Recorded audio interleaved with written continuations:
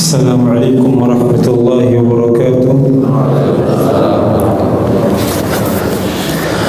Alhamdulillah wal 'aqibatu lil muttaqin fala 'udwana illa 'alal zalimin. Asyhadu an la ilaha illallah wa asyhadu anna Muhammadan 'abdullahi wa rasuluh al-mab'uts rahmatan lil 'alamin basyiran wa nadhira wa da'iyan ila Allah bi idhnihi wa sirajan munira.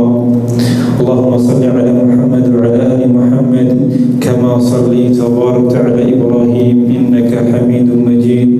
Usikum wa iyaya bi taqwallahi faqad aflaha man ittaqa. Qala Allah jalla wa ala ya ayyuhalladzina amanu taqullaha haqqa tuqatih wa la tamutunna illa wa antum muslimun. Amma ba'd. Yang pertama-tama marilah kita selalu panjatkan puja dan puji syukur kita kepada Allah Subhanahu wa taala atas setiap limpahan karunia yang Allah Subhanahu wa taala berikan kepada kita. Terlebih di waktu subuh kali ini Allah Subhanahu wa taala lagi-lagi masih memberikan kepada kita kesempatan untuk senantiasa bertaubat kepada Allah Subhanahu wa taala dan juga melakukan apa-apa yang diridhai oleh Allah Subhanahu wa taala. Di antaranya yaitu tidaklah kita berkumpul di salah satu rumah Allah Subhanahu wa taala, yaitu untuk menunaikan salat subuh berjamaah dan juga kemudian untuk menuntut ilmu syar'i yang insyaallah selalu diridhai oleh Allah Subhanahu wa taala. Sebelum anda masuk ke dalam pembahasan sirah an-nabawiyah yang berkaitan dengan tema detik-detik sebelum Nabi SAW diangkat menjadi Nabi dan Rasul, anda ingin sedikit menyampaikan bahwa kita ini bertepatan di dalam bulan Sya'ban, kurang lebih tanggal 11 Sya'ban. Kita alhamdulillah telah diperkenankan oleh Allah Subhanahu wa taala untuk berjumpa di bulan yang mulia ini, yang artinya setelah bulan Sya'ban adalah bulan Ramadan. Maka sudah selayaknya bagi kita untuk kita menyiapkan bulan Ramadan. Jadi kita menyiapkan bulan Ramadan ini bukan cuma hanya sebatas di dalam bulan Ramadan. Jangan sampai kita menjadikan bulan Ramadan ini sebatas tradisi, sebatas euforia dan lain sebagainya. Tapi jadikanlah bahwa Ramadan ini sebagai perbaikan bagi diri kita. Bahkan ulama sampai menjelaskan, kalau kita ini ingin menghitung atau menerka-nerka amalan kita itu diterima oleh Allah Subhanahu wa taala, minimal selama 1 tahun kita lihat amalan kita di dalam bulan Ramadan. Kita mau tahu amalan kita diterima atau enggak nanti setelah Ramadan, yaitu keistiqamahan kita yang Allah Subhanahu wa taala minta dari diri kita.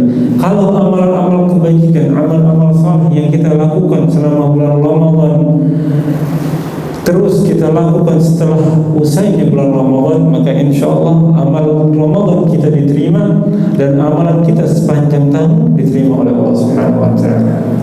Dari mana para ulama bisa menyimpulkan? Mereka menyimpulkan ini bukan dari hawa nafsu mereka, tapi berdasarkan isyarat dari hadis Rasul SAW. Hadis yang insyaallah kita sudah sering dengar, bahkan kita mungkin sudah hafal, yaitu di saat Nabi SAW hendak khutbah. Para ulama juga berbeda pendapat. Sebagian ada yang mengatakan di saat Nabi hendak khutbah Jumat, sebagian lagi mengatakan di saat beliau hendak khutbah Idul Fitr. Tapi yang terpenting adalah daripada isi. Apa isinya? Yaitu di saat Nabi hendak khutbah, tiba-tiba Nabi mengucapkan amin sampai 3 kali. Setelah atau selesai Nabi SAW khutbah, para sahabat ini bingung, heran. Wahai Rasulullah, engkau tadi mengatakan amin 3 kali di sela-sela khutbah engkau. Apa kata Nabi SAW? Atani Jibril anifa, barusan Jibril mendatangi diriku. Kemudian aku disuruh, kalau tanda kutip dipaksa oleh Jibril untuk mengucapkan amin. Maka dari di antara 3 isi tersebut atau 3 doa yang dipanjatkan oleh Jibril adalah apa? Berkaitan dengan bulan Ramadan. Jadi nggak main-main. Yang mengucapkan doa Jibril yang mengaminkan Rasulullah SAW. Jadi ibarat kata ini kalau jalur khusus ini bukan jalur khusus lagi, tapi jalur VVIP. Jadi insya Allah tembus ya. Kata Jibril, wailun liman adraka syahra Ramadan fa'ab'adahu Allah wa lam yughfar lah. Wa fi riwayatin wa adkhalahu Allah an-nar. Celaka bagi seseorang yang diberikan kesempatan oleh Allah Subhanahu wa taala untuk berjumpa dengan bulan Ramadan, namun dirinya dijauhi dari rahmat Allah Subhanahu wa taala. Bahkan dosa-dosanya tidak diampuni oleh Allah Subhanahu wa taala. Baik yang telah lampau apalagi yang akan datang. Di dalam riwayat ditambahkan oleh Nabi SAW, wa adkhalahu Allahun, dan Allah Subhanahu wa taala campakkan dirinya ke dalam siksa api neraka. Dari sinilah para ulama mengambil kesimpulan yang tadi kita jelaskan. Jadi kalau kita mengukur kira-kira selama ini kita diterima amalan kita sama Allah, maka lihat nih Ramadan kita kayak gimana. Jadi jangan sampai Ramadan ini sebatas untuk menggugurkan kewajiban. Nah, jangan sampai. Mau sampai kapan? Karena nggak ada jaminan bahwa kita ini akan berjumpa dengan bulan Ramadan yang tahun ini, apalagi yang tahun akan datang. Makanya para ulama salaf terdahulu 6 bulan sebelum kedatangan Ramadan mereka selalu berdoa kepada Allah Subhanahu wa taala untuk disampaikan ke dalam bulan Ramadan. Bahkan sampai ulama menjelaskan, di antaranya Imam Abu Bakar Al-Balkhi ini menganalogikan 3 bulan. Yang pertama bulan Rajab, kedua bulan Sya'ban, dan bulan Ramadan. Apa yang beliau analogikan? Beliau menganalogikan atau mengibaratkan bahwa bulan Rajab ini adalah sebagai syahrul azhar. Bulan Rajab ini ibaratnya adalah bulan menanam. Wa syahrul Sya'ban syahrul saqi. Bulan Sya'ban adalah layaknya kita menyiram tanaman kita. Wa syahrul Ramadan syahrul hasalat. Bulan Ramadan ini bulan memanen. Nah, kalau dari sekarang gimana kita mau memanen apa yang akan kita tanam? Makanya dari sekaranglah kita sama-sama memperbaiki diri kita dan juga memperbaharui taubat kita agar kita bisa melakukan ibadah bulan Ramadan dengan sebaik mungkin dan semaksimal mungkin, dan supaya insyaallah Ramadan kita diterima oleh Allah Subhanahu wa taala. Ini hanya sebatas pembukaan mukaddimah, karena ini sebagai penyemangat kita juga nanti di dalam beribadah bulan Ramadan.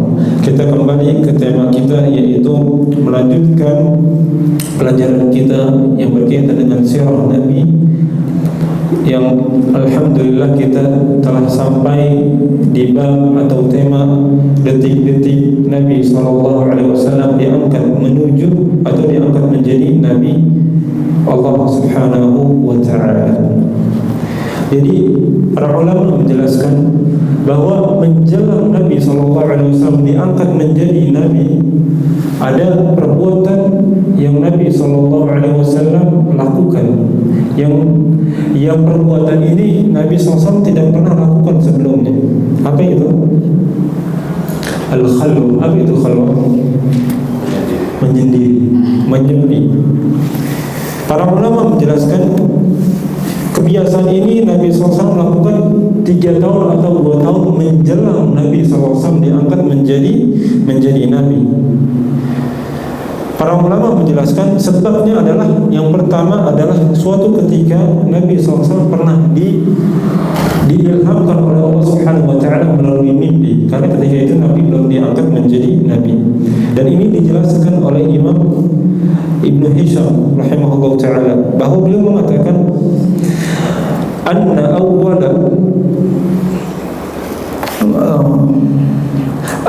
awwala ma budi'a bihi Rasulullah SAW min an-nubuwah, bahwa awal-awal bahwa telah terjadi tampak di saat Nabi SAW hendak diutus menjadi Nabi SAW, hina aradallahu karamatahu wa rahmatahu al-ibad, yaitu di saat Allah Subhanahu wa taala ingin memberikan kemuliaan bagi dirinya, yaitu Rasulullah SAW. Jadi Nabi ini diangkat menjadi Nabi adalah sebagai kemuliaan bagi Nabi SAW sendiri. Makanya Anda jadi teringat oleh salah satu hadis ketika Nabi SAW kedua kakinya dibengkak. Bengkak gara-gara apa? Gara-gara kebanyakan sholat tahajud. Salah seorang istri beliau itu Aisyah radhiyallahu anha sampai bertanya, ya Rasulullah, ya Rasulullah, wahai Rasulullah, laqad ghafarta ma taqaddama min dhanbika wa ma ta'akhkhar, laqad ghufirta ma taqaddama min dhanbika wa ma ta'akhkhar. Wahai Rasulullah, bukankah Allah Subhanahu wa taala ini telah mengampuni dosa-dosa kamu, baik yang lampau apalagi yang akan datang? Apa jawaban Nabi SAW? Afala akunu abdan syakura? Apa anak ini nggak boleh menjadi seorang hamba yang bersyukur? Para ulama hadis menjelaskan ucapan Nabi mengatakan afala akunu abdan syakura, di antara suatu hal yang paling Nabi SAW syukuri adalah bahwa Nabi SAW diberikan an-nubuwah, diberikan kenabian oleh Allah Subhanahu wa taala sehingga beliau dapat membimbing umat. Inilah salah satu hal yang paling disyukuri oleh Rasulullah sallallahu alaihi wasallam. Dan kemudian para ulama juga menjelaskan bahwa bentuk rasa syukur kita kepada Allah Subhanahu wa taala dengan bertambahnya ketaatan kita kepada Allah Subhanahu wa taala. Itulah rasa syukur kita kepada Allah Subhanahu wa taala. Jadi kalau kita mau lihat diri kita ini benar-benar bersyukur kepada Allah Subhanahu wa taala, lihat gimana kualitas ibadah kita. Kalau semakin melempem, ya berarti kita kurang bersyukur ini. Berarti mindset kita tentang syukur ini sempit. Kita syukur dong, berarti kalau kita mendapatkan apa? Mendapatkan suatu hal yang kita inginkan. Biasanya ini berkaitan dengan hal duniawi.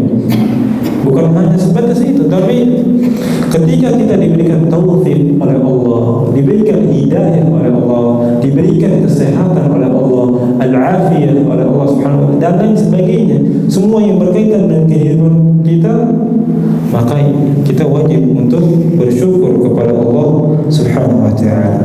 Kembali ke hadis tadi, ternyata bukan sampai situ saja.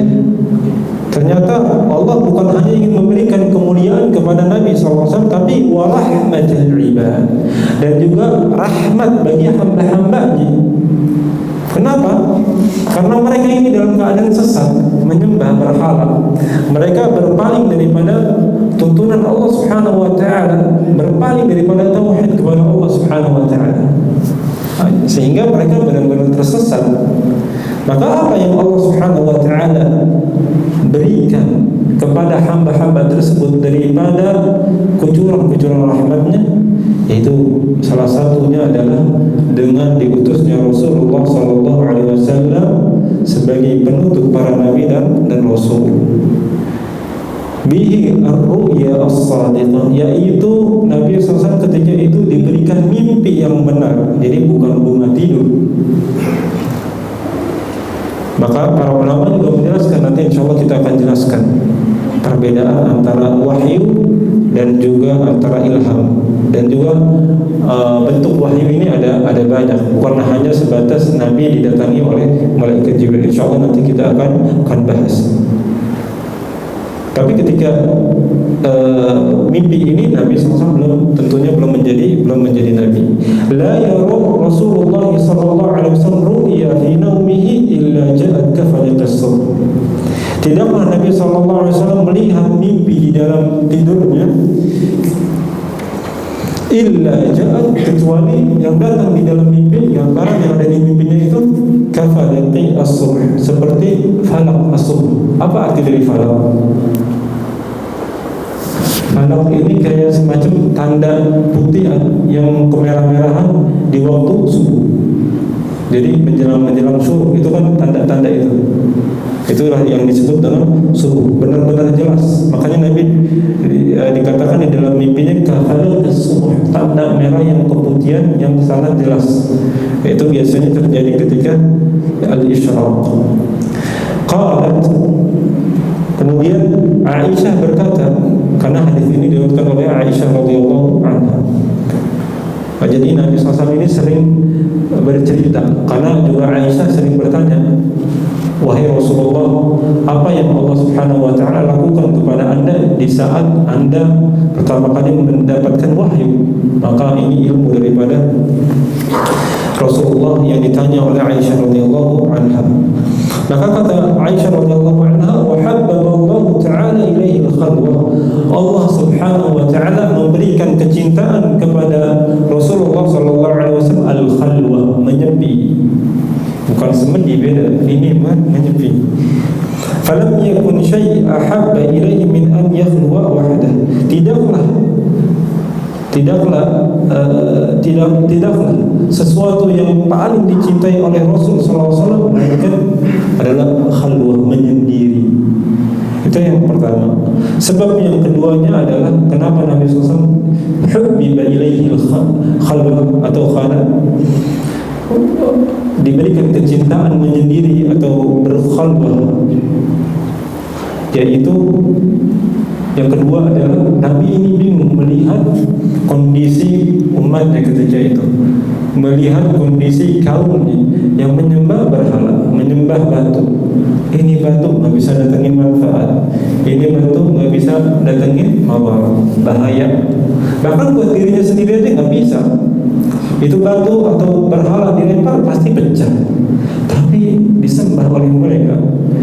Saking bingungnya Nabi SAW. Cuma Nabi waktu itu belum tahu harus bagaimana, karena Nabi SAW ketika itu belum diangkat menjadi Nabi oleh Allah Subhanahu wa ta'ala. Sehingga Nabi SAW diberikan kecintaan oleh Allah Subhanahu wa ta'ala untuk menyendiri.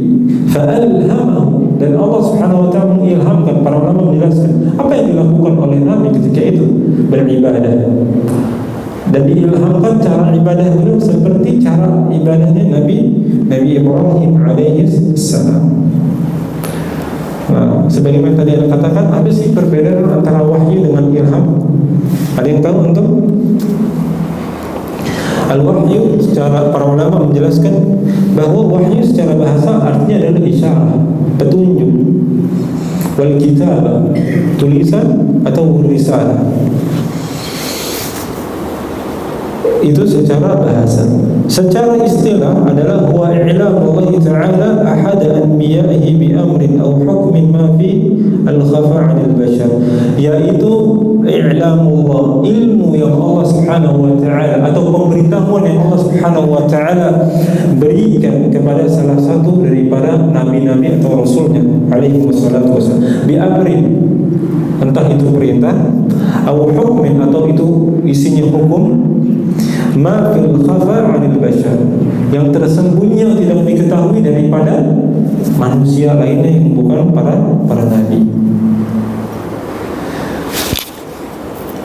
Dan fayadharu min dzalika anna al-wahya la yakunu illa min Allah ta'ala, dan tidaklah ditampakkan daripada wahyu itu kecuali dari Allah Subhanahu wa ta'ala. Jadi wahyu ini 100% dari Allah, nggak mungkin dari jin, nggak mungkin dari syaitan, karena jin ini bisa memberikan was-was.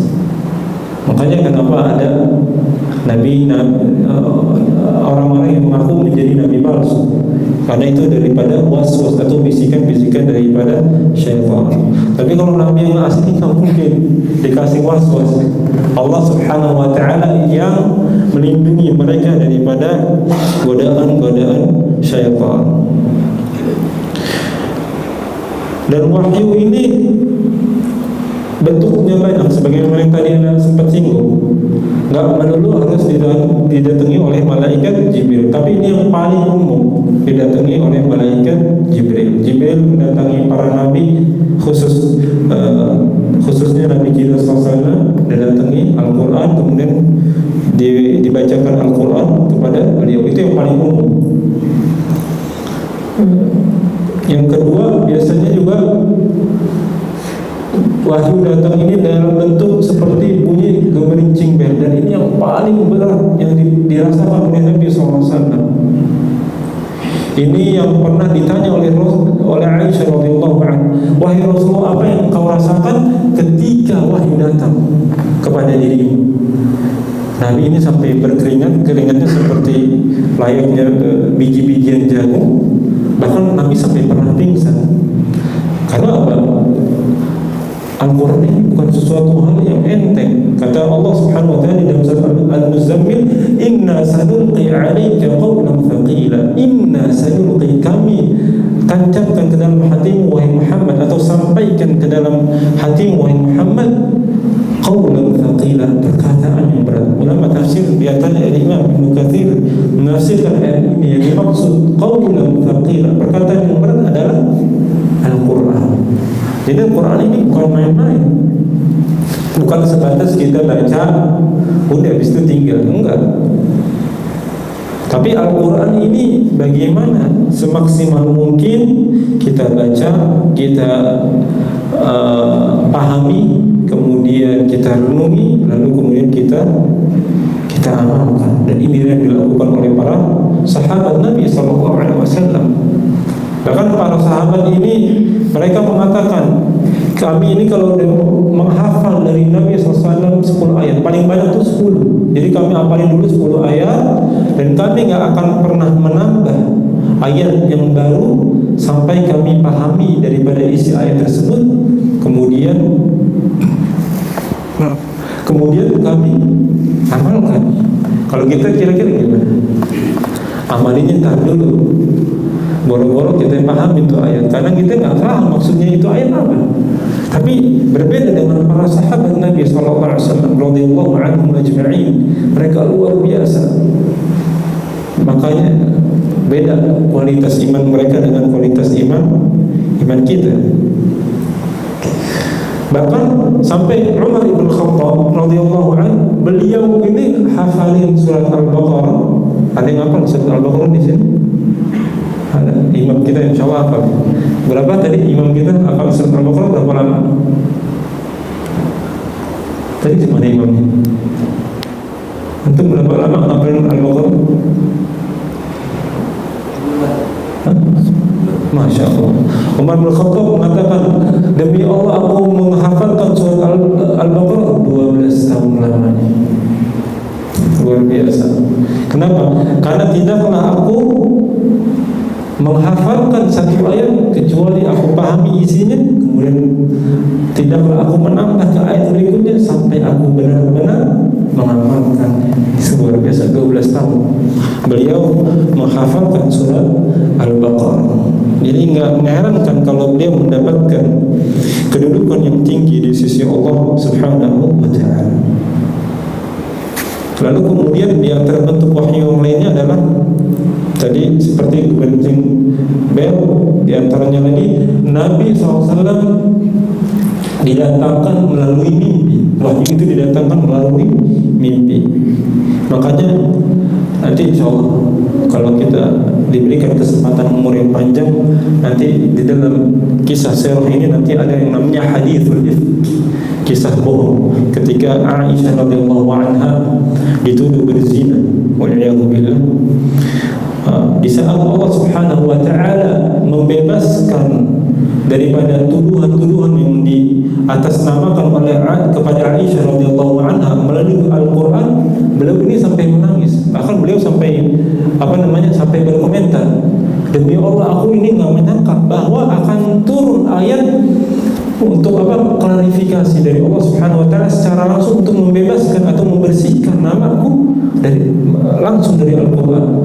Aku ini cuman kata Aisyah ini, aku berharap atau menyangka bahwa Nabi ini atau Allah Subhanahu wa ta'ala memberikan wahyu kepada Nabi SAW melalui mimpi. Jadi beliau nggak menyangka bahwa Allah Subhanahu wa ta'ala menurunkan wahyu di dalam Al-Quran untuk membersihkan namanya. Beliau hanya berharap didatangkan melalui mimpi. Jadi Rasulullah SAW didatangkan wahyunya hanya melalui mimpi. Dan ini adalah salah satu bentuk daripada bentuk wahyu adalah mimpi. Jadi semua para nabi itu kalau didatangkan mimpi, mimpinya bukan sekedar mimpi, tapi itu petunjuk dari Allah Subhanahu wa ta'ala yang berupa wahyu. Bahkan ada beberapa nabi itu yang diangkat menjadi nabi melalui mimpi. Di antaranya adalah Nabi Ishaq alaihissalam. Beliau ketika diangkat menjadi nabi, beliau itu ketika diangkat menjadi nabi melalui mimpi. Begitu juga ayahnya Nabi Yaqub alaihissalam, sama melalui mimpi juga. Karena mimpi para nabi adalah kebenaran. Berbeda dengan kita. Kalau kita ini bisa dari syaitan, atau mungkin kita terbayang-bayang dan lain sebagainya. Dan masih banyaknya lagi. Adapun ilham ini, kalau tadi wahyu ini khusus untuk para nabi dan rasul alaihi wassalatu. Kalau ilham ini untuk orang-orang yang diberikan oleh Allah Subhanahu wa taala, tentunya atas kehendaknya. Tapi enggak sembarangan orang juga. Itu orang-orang yang benar takut kepada Allah Subhanahu wa taala, beriman, bertakwa dan lain sebagainya. Dan ilham, para ulama menjelaskan bahwa an yulqillahu ta'ala fi nafsil 'abd, yaitu Allah Subhanahu wa taala memberikan sesuatu yang semisal wahyu, tapi bukan wahyu. Fi nafsil 'ibad, kepada hamba-Nya. Ma yadfa'u li fi'li amrin ma awtarkuhu, yaitu untuk melakukan suatu perintah atau meninggalkannya. Fayatma'inna bihil qalb wassadat, dan yang dirasakan oleh hamba tersebut adalah kelapangan hati dan juga ketenangan. Fa ilham yakhussallahu ta'ala bihi ba'd awliya'ihi as-salihin wa ibadahu alladhina istaqamu ala syar'ihi wa dinihi fil zahiri wal batin. Dan ilham ini Allah Subhanahu wa taala berikan kepada wali-walinya. Wali-walinya siapa? Yaitu orang-orang saleh yang senantiasa istiqamah di dalam syariat Allah Subhanahu wa taala dan juga agamanya, secara tampak maupun batin. Yaitu di hati. Artinya kalau kita mau tahu wali yang benar, yaitu adalah orang yang istiqamah di jalan Allah Subhanahu wa taala. Sebagaimana komentar daripada Umar bin Khattab, a'zamu al-karamah al-istiqamah. Kalau kamu mau lihat sehebat seagung-agungnya karamah, adalah istiqamah di jalan Allah Subhanahu wa taala. Misalnya ada seseorang misal dia pernah mendengar hadis Nabi SAW, tapi dia nggak yakin misalnya, oh hadis ini derajatnya sahih atau enggak ya, dia lupa itu. Tiba-tiba Allah Subhanahu wa taala seperti mengilhamkan di dalam hatinya, bahwa hadis ini benar, sehingga ada ketenangan hati untuk menjalankannya. Ini adalah ilham, dan ini sering kita baca di dalam Al-Quran. Apa kata Allah Subhanahu wa ta'ala? Ayatnya kita udah hafal. Fa'alhamaha fujuraha wa taqwaha, dan kami ilhamkan kepada nafs, kepada jiwa-jiwa untuk mengerjakan sesuatu yang jahat, yang jelek, yang fujur, wa taqwaha, atau sesuatu yang berkaitan dengan ketakwaan, menghasilkan ketakwaan kepada Allah Subhanahu wa taala. Maka Allah ilhamkan itu. Maka ketika kita diilhamkan oleh Allah Subhanahu wa taala, jangan kita sampai salah arah, jangan sampai kita salah jalur, sehingga kita nanti akan menjadi hamba-hamba Allah yang merugi. Maka inilah yang Nabi SAW lakukan di saat menjelang Nabi SAW hendak akan diangkat menjadi Nabi. Di mana Nabi SAW berkhalwat atau menyepi? Di Gua Hira. Jangan sampai ketukar antara Gua Hira sama Gua Thur. Karena Gua Thur nanti gua yang akan dimasuki oleh Nabi SAW bersama Abu Bakar di saat Nabi hijrah. Adapun Gua Hira adalah di kota Mekah. Disitulah Nabi SAW berkhalwat. Dan jarak antara rumah Nabi dengan gua itu luar biasa jauh.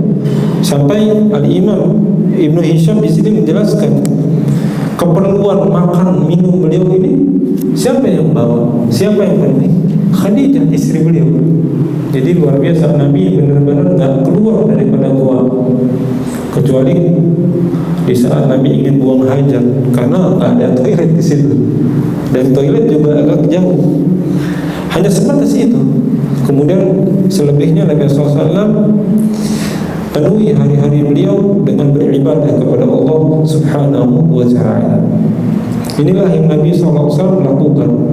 Sehingga apa? Ini persiapan. Kata para ulama, kenapa sih Nabi SAW diberikan kecintaan oleh Allah Subhanahu wa Ta'ala untuk mempersiapkan mental Nabi SAW, penyucian jiwa dari Allah Subhanahu wa Ta'ala dengan sebenar-benarnya. Jadi bukan pertama, beda. Ini apa ya? Jadi benar-benar ada koneksi antara diri Nabi SAW dengan Allah Subhanahu wa Ta'ala. Karena tantangan yang akan dihadapi oleh Nabi SAW, tantangannya nggak kecil, nggak enteng, tapi besar, luar biasa berat. Bahkan ujian yang paling besar yang diterima oleh Nabi SAW ini nggak main-main. Berbeda dengan para nabi yang lainnya, walaupun juga nggak enteng, tapi nabi ini yang paling luar biasa, paling berat. Karena nabi ini pemimpinnya para nabi dan rasul alaihi wassalatu wassalam. Sehingga tantangan yang akan dihadapi oleh Nabi SAW ini luar biasa beratnya. Sehingga di saat detik-detik Nabi menjelang diangkat menjadi nabi dan rasul, beliau benar-benar memiliki mental yang luar biasa, mental yang kuat, mental yang tak cengeng, tanda kutip. Sehingga inilah kenapa Nabi SAW hubbiba ilaihil khala, diberikan kecintaan oleh Allah Subhanahu wa Ta'ala untuk berkhalwat. Jadi luar biasa ini apa yang Allah Subhanahu wa Ta'ala persiapkan bagi Rasulullah sallallahu alaihi wasallam. Karena Nabi di situ benar-benar menyendiri, gelap, nggak ada lampu waktu itu. Kemudian Nabi SAW ini makan ini hanya sebatas untuk mengganjal rasa lapar. Jadi nggak benar-benar kenyang. Jadi tidur beliau juga sedikit. Jadi beliau benar-benar fokus beribadah kepada Allah Subhanahu wa Ta'ala, merenung bagaimana beliau SAW memikirkan supaya umatnya selamat daripada siksa Allah Subhanahu wa Ta'ala.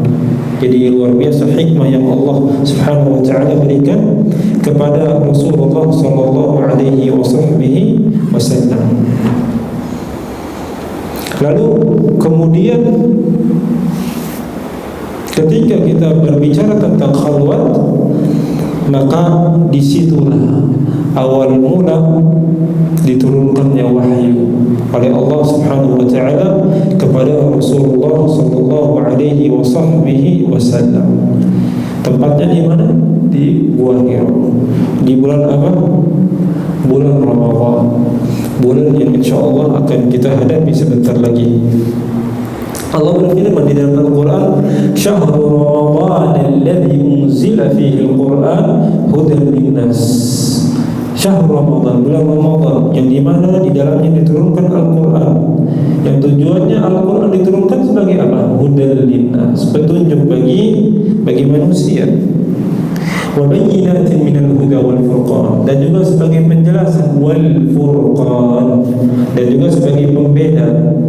Di antara nama daripada nama-nama Al-Quran adalah Al-Furqan, pembeda antara yang hak dan juga yang batil.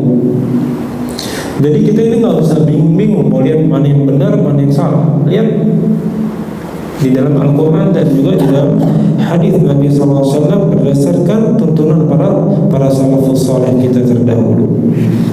Jadi benar-benar jelas, tidak ada kebingungan. Benar-benar Allah Subhanahu wa Ta'ala jadikan Al-Quran dan juga hadis sunnah Rasulullah SAW ini sebagai pegangan hidup kita, supaya kita tidak tersesat dari jalannya Allah Subhanahu wa Ta'ala. Kemudian para ulama menjelaskan juga, yang menarik kata para ulama adalah setiap yang berkaitan dengan Al-Quran atau yang menempel dengan Al-Quran, pasti Allah Subhanahu wa Ta'ala berikan kemuliaan di dalamnya. Contoh, Nabi SAW ini diberikan Al-Quran, maka beliau menjadi apa? Sebaik-baik para nabi dan rasul. Bahkan beliau pemimpin para nabi dan rasul. Jibril yang membawakan wahyu Al-Quran menjadi pemimpinnya para malaikat, sebaik-baik malaikat. Kita umat yang diturunkan Al-Quran menjadi sebaik-baik umat, khairul ummah. Apalagi bulan Ramadan, karena diturunkan Al-Quran itu di dalam bulan Ramadan, maka dia menjadi pemimpin Sayyidus Syuhur, pemimpin atau penghulunya bulan. Jadi semua yang berkaitan dengan Al-Quran akan dimulakan oleh Allah Subhanahu wa taala. Dan ini juga sesuai dengan sabda Rasul sallallahu alaihi wasallam, "Inna Allah yarfa'u bihi aqwaman bi kitabillah." Sesungguhnya Allah Subhanahu wa taala meninggikan derajat orang-orang dengan Al-Quran, wa yadh'u bihi al-akharin atau al-akhar. Dan Allah juga bisa merendahkan derajat seseorang dengan Al-Quran. Artinya apa? Ketika Al-Quran ini ditafsirkan dengan semau dia, dengan hawa nafsu dia, dia bawa dalil Al-Quran buat menghalalkan apa yang dia mau sesuai dengan hawa nafsunya. Padahal itu misalnya amalan itu misalnya haram, tapi dia bawa itu dalil untuk melegalkan apa yang diharamkan oleh Allah Subhanahu wa taala. Maka itu dia sama aja sedang menghinakan dirinya dengan Al-Quran. Makanya kata Nabi SAW, Al-Quran ini ketika hari kiamat bisa menjadi hujjatun lak aw alaik, bisa menjadi penolong bagi diri kamu dan juga bisa menjadi pemberat di hadapan Allah Subhanahu wa taala. Hati-hati. Makanya bukan imam tapi seorang sahabat Nabi yang bernama Abdullah bin Mas'ud, kata beliau, "Kam min talil Quran." Berapa banyak orang yang membaca Al-Quran, wal Quran yal'an, tapi Quran melaknat dirinya. Wa'iyadzubillah. Kenapa? Beliau menjelaskan karena dia enggak mengamalkan isi daripada Al-Quran. Al-Quran bilang A, dia malah B. Al-Quran bilang B, dia C.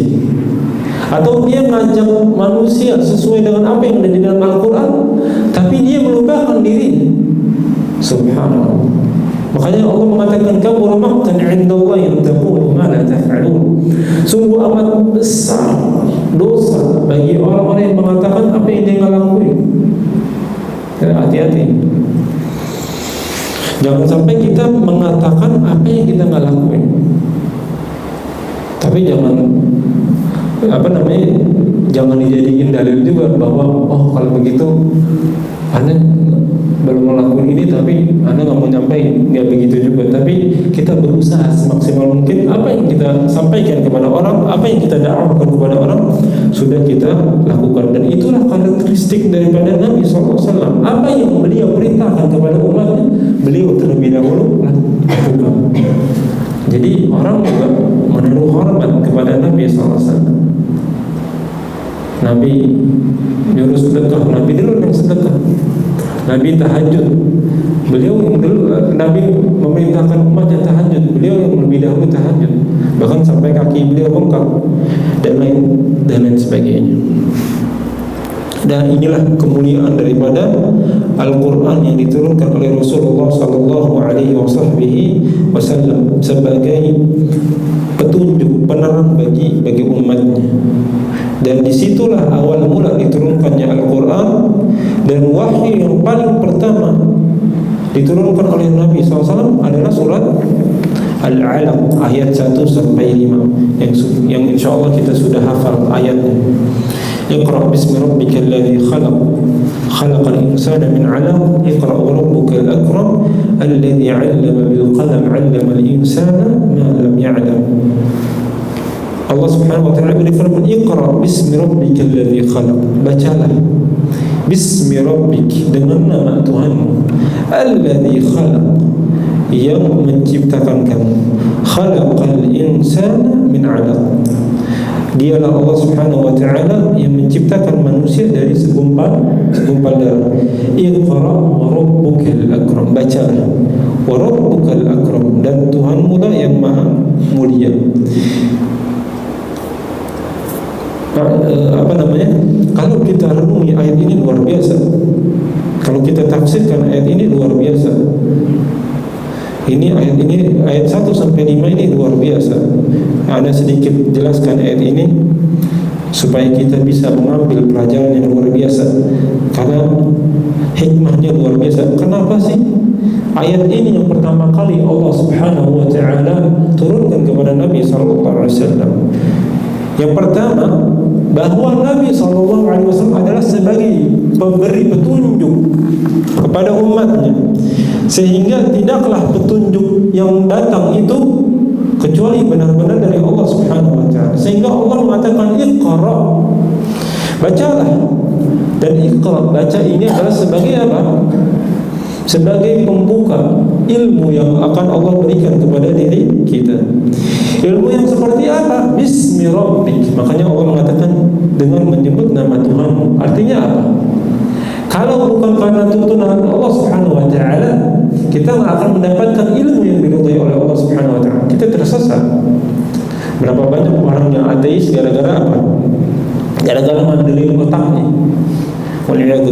Tapi supaya kita nggak tersesat, kita kalau baca Bismillah, supaya kita nggak salah baca, supaya kita nggak terkena syubhat yang ada di dalam tulisan-tulisan yang ditulis oleh orang-orang yang kita nggak ketahui akidahnya, yang kita nggak ketahui siapa mereka, keilmuannya dan lain sebagainya. Alladzi khalaq, yang menciptakan kamu. Allah itu tahu sifat manusia. Jadi manusia itu awalnya bodoh atau apa-apa, tapi Allah lah yang mengajarkan kita, di antaranya dengan cara membaca. Makanya jangan pernah kita berhenti membaca. Tapi di antara ikhtiar kita untuk mengamalkan kata-kata Bismi Rabbik, kita baca ini nggak bisa sendiri. Baca ini juga harus dengan guru pembimbing supaya kita nggak tersesat. Kemudian ayat selanjutnya Allah mengatakan khalaqal insana min 'alaq. Allah yang menciptakan manusia dari segumpal darah. Artinya apa? Kita ini hina di mata Allah Subhanahu wa taala. Kita cuma gumpalan darah. Lalu kemudian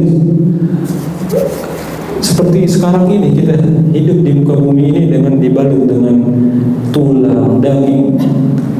Bahkan Allah mengatakan fi ahsani taqwim, dengan sebaik-baik rupa. Ini dari karunia Allah Subhanahu wa taala. Iqra wa rabbukal akram, bacalah.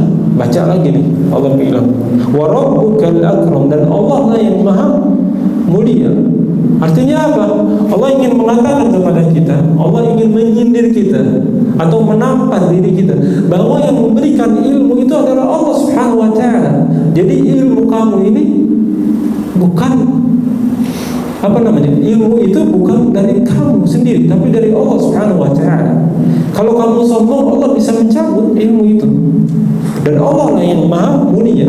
Kamu itu mulia karena ilmu kamu itu karena Allah yang memberikan. Jadi bukan dari kita. Jadi semua dari Allah Subhanahu wa taala. Alladzi 'allama bil qalam, yaitu yang mengajarkan manusia dari al-qalam. Qalam atau pena.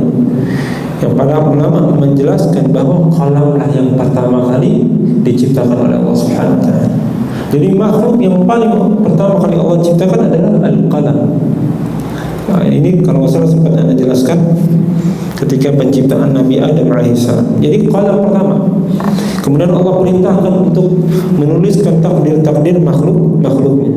'Allamal insana ma lam ya'lam, yang mengajarkan manusia dari apa yang dia enggak tahu. Yang pertama kali diajarkan siapa? Ya tadi Rasulullah SAW untuk membimbing umatnya melalui wahyu Al-Quran itu sendiri. Jadi Nabi diajarkan oleh Allah Subhanahu wa taala melalui malaikat Jibril, kemudian diturunkan kepada para sahabat-sahabatnya hingga sampai kepada kita. Jadi luar biasa. Artinya apa? Bahwa Allah ini mengutus Nabi ini bukan main-main, tapi sebagai juru selamat bagi diri kita.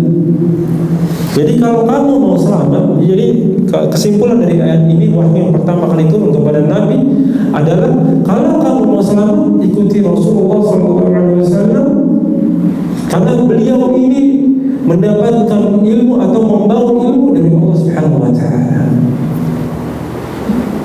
hikmahnya tadi kan Al-Quran itu sebagai petunjuk dari Allah Subhanahu wa ta'ala.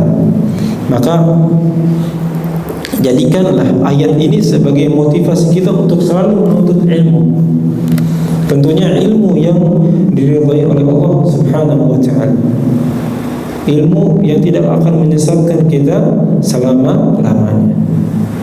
Bukan berarti kita nggak boleh menuntut ilmu umum, boleh, tapi jangan sampai ilmu umum ini menyesatkan diri kita. Karena banyak orang yang tersesat dengan ilmu umumnya. Gara-gara ilmu umumnya dia mendustakan Allah Subhanahu wa ta'ala, berlaku sombong bahwa apa yang dia temukan itu karena kepintaran dirinya, padahal semuanya yang itu diberikan oleh Allah Subhanahu wa ta'ala. Benar-benar murid dari Allah Subhanahu wa ta'ala. Jadi kita hanya mengandalkan Allah Subhanahu wa ta'ala. Lalu kemudian apa reaksi Nabi SAW ketika Nabi SAW mendapat wahyu yang pertama? Beliau mengatakan ma ana biqari. Ketika Nabi SAW disuruh baca, kan Jibril mengatakan iqra sampai 3 kali. Ma ana biqari, kata Nabi SAW, aku ini nggak bisa baca. Apa hikmahnya Nabi itu nggak bisa baca? Ada yang tahu nggak? Supaya tidak ada tuduhan dari orang-orang bahwa Al-Quran ini buatan Rasulullah SAW. Kalau kita nggak bisa baca, nggak bisa nulis, maaf, bodoh. Tapi kalau Nabi mu'jizat, itulah yang biasa disebut dengan al-ummi. Allah Subhanahu wa ta'ala berfirman di dalam surat Al-Jum'ah, kata Allah Subhanahu wa ta'ala, "Huwallazi ba'atha fil ummiyina rasulan minhum yatlu 'alaihim ayatihi wa yuzakkihim wa yu'allimuhumul kitaba wal hikmata wa in kanu min qablu fi dhalalin mubin." Dan dialah Allah Subhanahu wa ta'ala yang mengutus nabinya yang ummi, yang enggak bisa baca, enggak bisa tulis. Tujuannya apa? Yatlu 'alaihim, membacakan kepada mereka, kaum-kaumnya, maksudnya kaum kafir Quraisy secara khusus dan kepada kita secara umum. Ayatihi, ayat-ayat itu Al-Quran.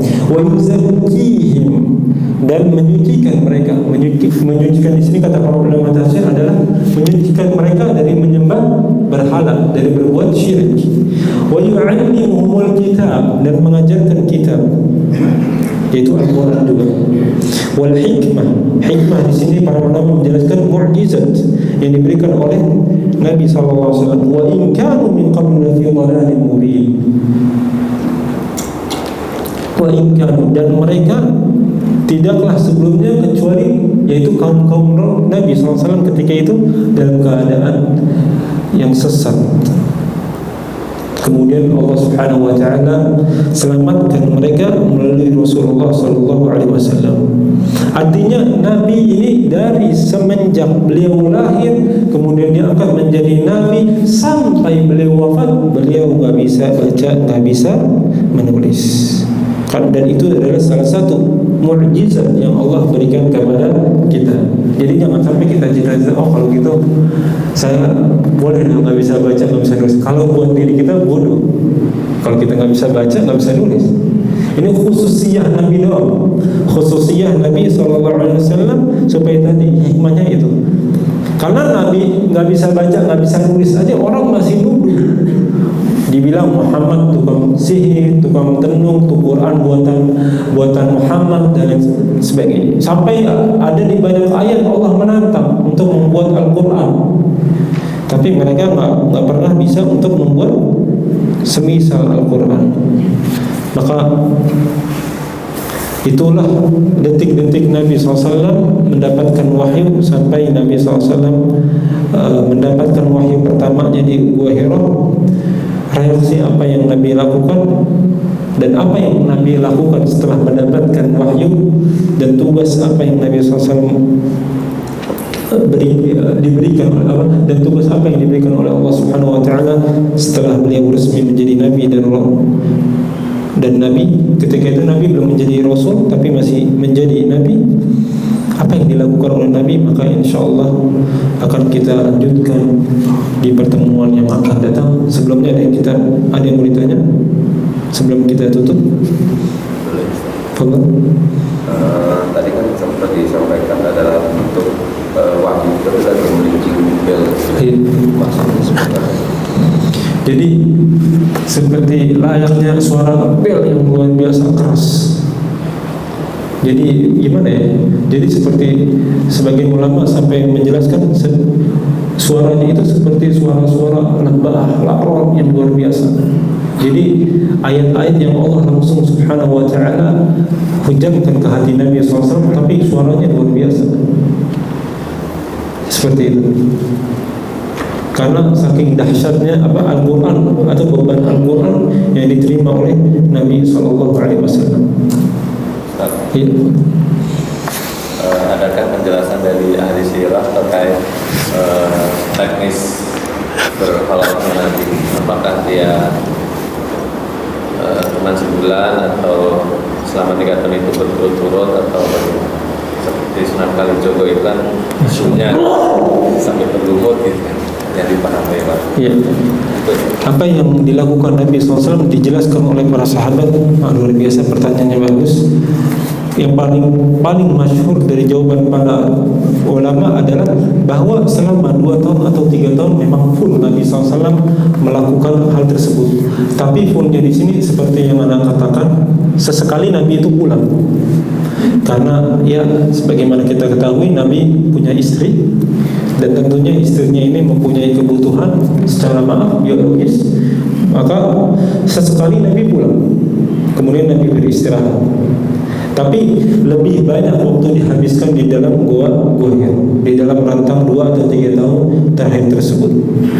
Lalu kemudian ibadah apa yang dilakukan oleh Nabi SAW sebagaimana tadi dijelaskan. Nabi diilhamkan kepada saat itu beribadah seperti ibadahnya Nabi Ibrahim alaihissalam, seperti sholat.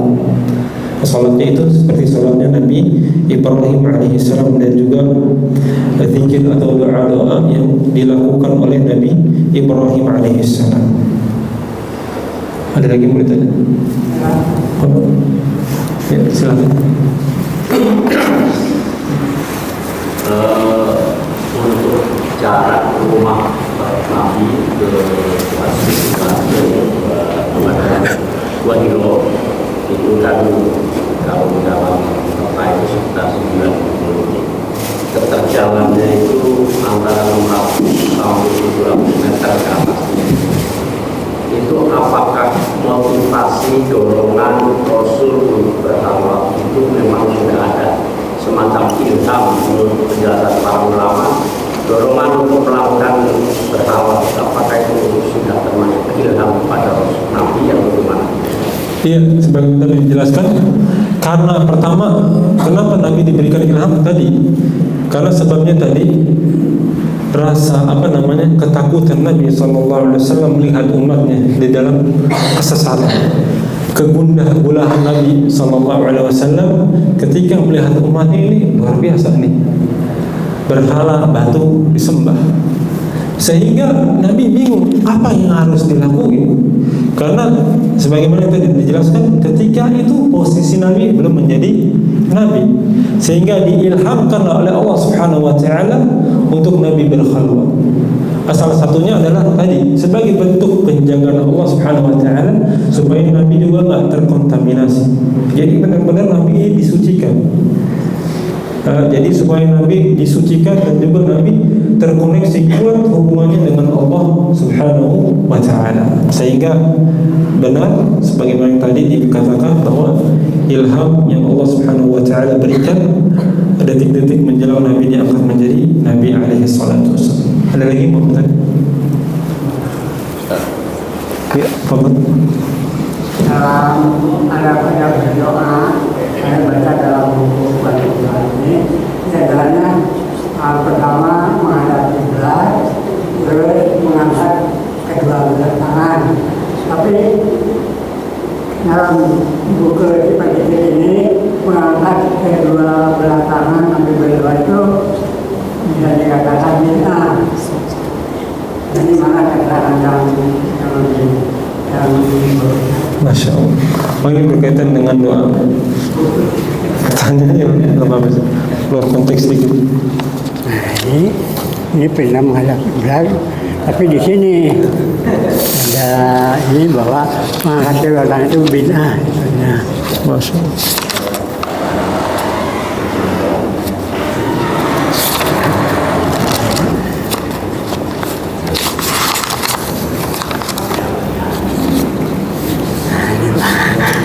ini mengharuskan, ini tidak boleh. Nah, dua-duanya ada hadisnya yang dari Muslim sama. Jadi ini berkaitan dengan adab berdoa. Tadi memang benar dikatakan bahwa salah satu adab berdoa adalah dengan menghadap kiblat. Bahkan ada ulama mengatakan kalau bisa berwudu itu lebih bagus. Tapi kalau bisa menghadap kiblat juga lebih bagus. Tapi nggak harus. Cuman ini diantara adab. Lalu diantara adabnya adalah kita mengangkat tangan. Hukumnya apa? Secara umum hukumnya adalah sunnah, diajarkan oleh Nabi SAW. Tapi ada di tempat-tempat tertentu yang tidak disyariatkan atau tidak dianjurkan untuk kita mengangkat tangan. Seperti di saat khatib Jumat itu tidak dianjurkan khatib untuk mengangkat tangan. Maka kita sering melihat kalau khatib itu nggak mengangkat tangan karena memang Nabi SAW itu lebih mengangkat telunjuk tangan. Tapi kalau secara umum maka ya kita mengangkat tangan. Dan ini juga dilakukan oleh Nabi SAW. Dijelaskan oleh ulama di saat Nabi SAW berdoa ketika di Taif, ketika Nabi habis dilemparin batu. Itu Zaid bin Harithah melihat ketika Nabi lagi sampai di salah satu perkebunan, Nabi beristirahat, kemudian Nabi mengangkat kedua tangannya lalu kemudian berdoa. Jadi secara umum di antara adab kita adalah mengangkat kedua tangan kita. Ini sebagai bentuk apa? Sebagai bentuk pengakuan diri kita bahwa kita ini rendah di hadapan Allah Subhanahu wa taala. Dan ini juga hadis ini juga sahih. Mengangkat tangan ini sebagaimana dinukil dalam hadis Arba'in Nawawi. Ketika Imam Nawawi menjelaskan hadis yang seseorang berdoa tapi doanya enggak diterima oleh Allah Subhanahu wa taala. Di antaranya disebutkan apa? Dia berdoa mengangkat tangannya kepada Allah Subhanahu wa taala. Tapi kenapa? Kok doanya enggak diijabah, enggak dikabulkan oleh Allah Subhanahu wa taala? Malbasuhu haram, pakaian yang dipakainya haram, wa ghidauhu haram, makanannya haram, penghasilannya haram, sehingga itulah salah satu hal yang menyebabkan daripada doanya tidak diterima oleh Allah Subhanahu wa taala. Wallahu taala. Ada lagi mau bertanya? Kalau ada, kita tutup dengan doa kafaratul majlis.